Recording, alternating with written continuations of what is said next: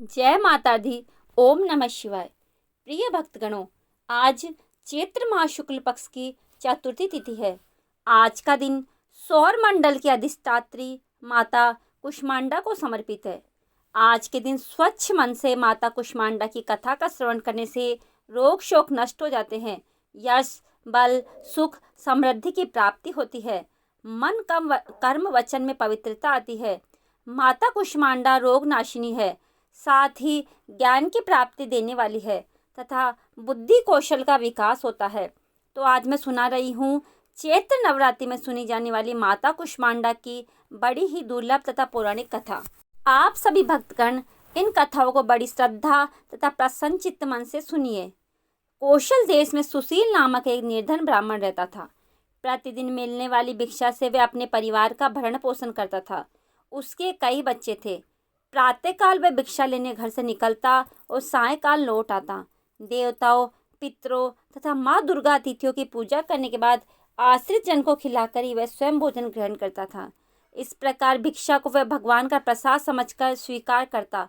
इतना दुखी होने पर भी वह दूसरों की सहायता के लिए सदैव तत्पर रहता था। यद्यपि उसके मन में अपार चिंता रहती थी, तथापि वह सदैव धर्म कर्म में लगा रहता। अपने इंद्रियों पर उसका पूर्ण नियंत्रण था। वह सदाचारी, धर्मात्मा और सत्यवादी था। उसके हृदय में कभी क्रोध, अहंकार, ईर्ष्या जैसे विकार उत्पन्न नहीं होते थे। एक बार उसके घर के निकट सत्यव्रत नामक एक तेजस्वी ऋषि आकर ठहरे। वे एक प्रसिद्ध तपस्वी थे। मंत्रों विद्याओं का ज्ञाता उनके समान आसपास दूसरा कोई नहीं था। शीघ्र ही अनेक व्यक्ति उनके दर्शन को आने लगे। सुशील के हृदय में भी उनसे मिलने की इच्छा जागृत हुई और वह भी उनकी सेवा में उपस्थित हुआ। महर्षि सत्यव्रत को प्रणाम कर वह बोला, ऋषिवर, आपकी बुद्धि अत्यंत विलक्षण है। आप अनेक शास्त्रों, विद्या और मंत्रों के ज्ञाता है। मैं एक निर्धन, दरिद्र और असहाय ब्राह्मण हूँ।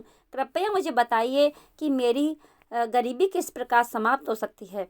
ब्राह्मण ने कहा, मुनिवर, आपसे यह पूछने का केवल इतना ही अभिप्राय है कि मुझ में कुटुंब का भरण पोषण करने की शक्ति आ जाए।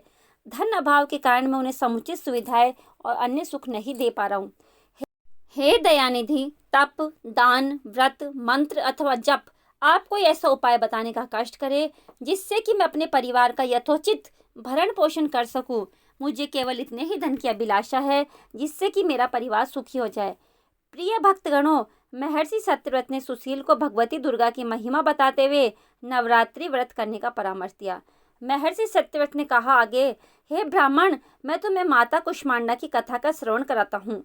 अतः तुम उसे भली भांति मन लगाकर और स्वच्छ मन से श्रद्धा भाव से श्रवण करो। इसको श्रवण करने मात्र से व्यक्ति के अनेक दुखों का नाश हो जाता है। उसे सुख समृद्धि की प्राप्ति होती है तथा मन में माता के प्रति भक्ति के भाव जागृत होते हैं। तो हे ब्राह्मण, आज तुम माता कुष्मांडा की कथा का श्रवण करो और माँ भगवती के गुण को गाओ। यह उस समय की बात है जब वह ब्रह्मांड अंधकार से भरे हुए एक शून्य के समान था, लेकिन फिर भी दिव्य प्रकाश की एक किरण चारों ओर फैली अंधेरे उजालों में परिवर्तित होने लगा। उस प्रकाश की कोई सीमा नहीं थी। सहसा प्रकाश एक दिव्य देवी के रूप में बदल गई। वह और कोई नहीं बल्कि खुद देवी माता कुष्मांडा थी।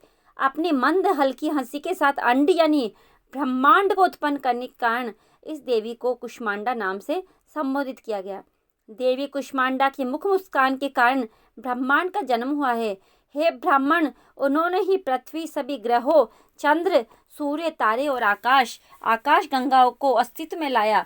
संसार में जीवन बनाए रखने के लिए सूर्य देवता की आवश्यकता थी, तो माता कुष्मांडा ने अपने आप को सूर्य में समाहित कर दिया। सूर्य संसार में जीवन का पर्याय है, तो देवी उनकी शक्ति है। माता कुष्मांडा ही समस्त ऊर्जा का स्रोत है। जब वह सूर्य भगवान के मूल में रहती है, तो देवी का अलौकिक तेज दिनकर को जीवन प्रदान करने की क्षमता देती है। कुष्मांडा देवी के बिना सूर्य शक्तिहीन है। यह देवी की ही शक्ति है। कुष्मांडा ही शक्तिशाली है।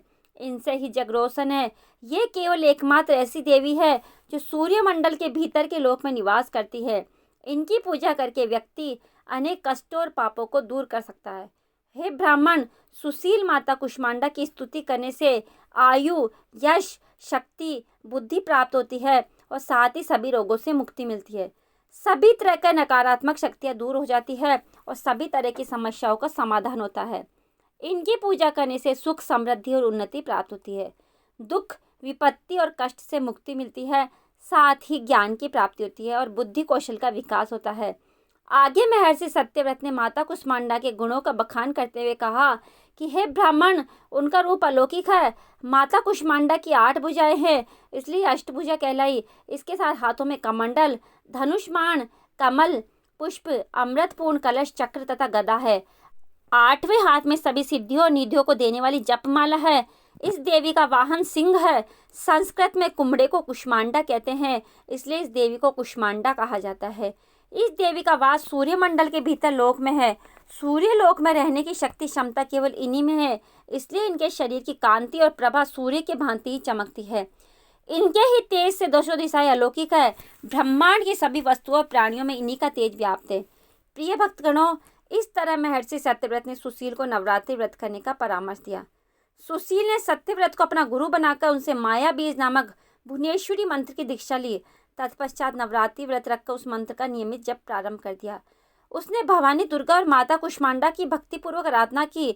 9 वर्षों तक प्रत्येक नवरात्रि में भगवती दुर्गा की माया बीज मंत्र का निरंतर जप करता रहा। सुशील की भक्ति से प्रसन्न होकर 9 वर्ष की नवरात्रि में अष्टमी की आधी रात को देवी भगवती साक्षात प्रकट हुई और सुशील को उसका अभिष्टचिंतन समृद्धि प्रदान की। प्रेम से बोलिए जय हो माता कुष्मांडा, जय माता दुर्गा, ओम नमः शिवाय। प्रिय भक्तगणों, अब आइए सुनते हैं माता दुर्गा की दूसरी कथा। बहुत समय पहले की बात है। किसी गांव में एक कुमार अपनी पत्नी और अपने 9 माह के बच्चे के साथ रहा करता था। कुमार माँ दुर्गा का बहुत बड़ा भक्त था। कुम्हार माँ दुर्गा की प्रतिमा बनाकर उसे बाजार में बेचकर अपनी जीविका चलाता था। कुम्हार और उसकी पत्नी प्रतिदिन माता दुर्गा की पूजा किया करते थे। कहते हैं माता अपने सच्चे भक्तों की परीक्षा अवश्य लेती है। एक बार कुम्हार माँ दुर्गा की प्रतिमा बनाने के लिए मिट्टी को अपने पैरों से रौंद रहा था। वह आंखें बंद करके माँ दुर्गा का ध्यान करते हुए मिट्टी को रौंद रहा था। कुम्हार की पत्नी खाना बनाने में व्यस्त थी। वह अपने बच्चे को बाहर चारपाई पर सुला गई थी। अचानक बच्चे की नींद खुल गई। वह बच्चा खेलता खेलता वहां आ गया जहां पर उसका पिता कुम्हार माता दुर्गा के ध्यान में मग्न होकर अपने पैरों से मिट्टी को रौंद रहा था। अचानक कुम्हार का पुत्र उसके पैरों के नीचे आ गया और कुम्हार ने अपने बच्चे को ही अपने पैरों से मिट्टी के साथ रौंद दिया। कुम्हार का पैर और मिट्टी खून से सन गए।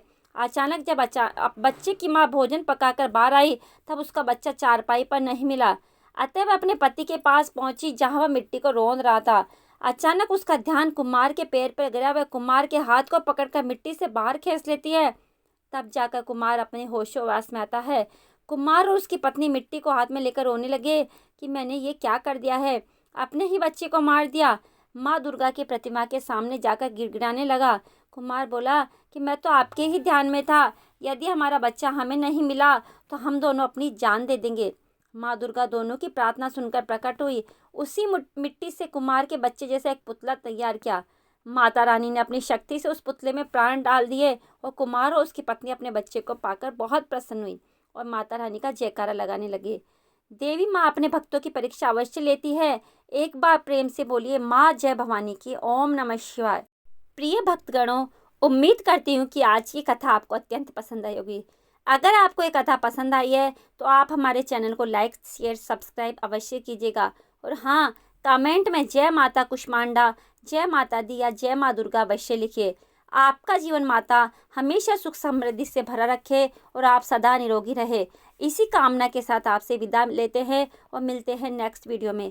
तब तक के लिए जय माँ भवानी।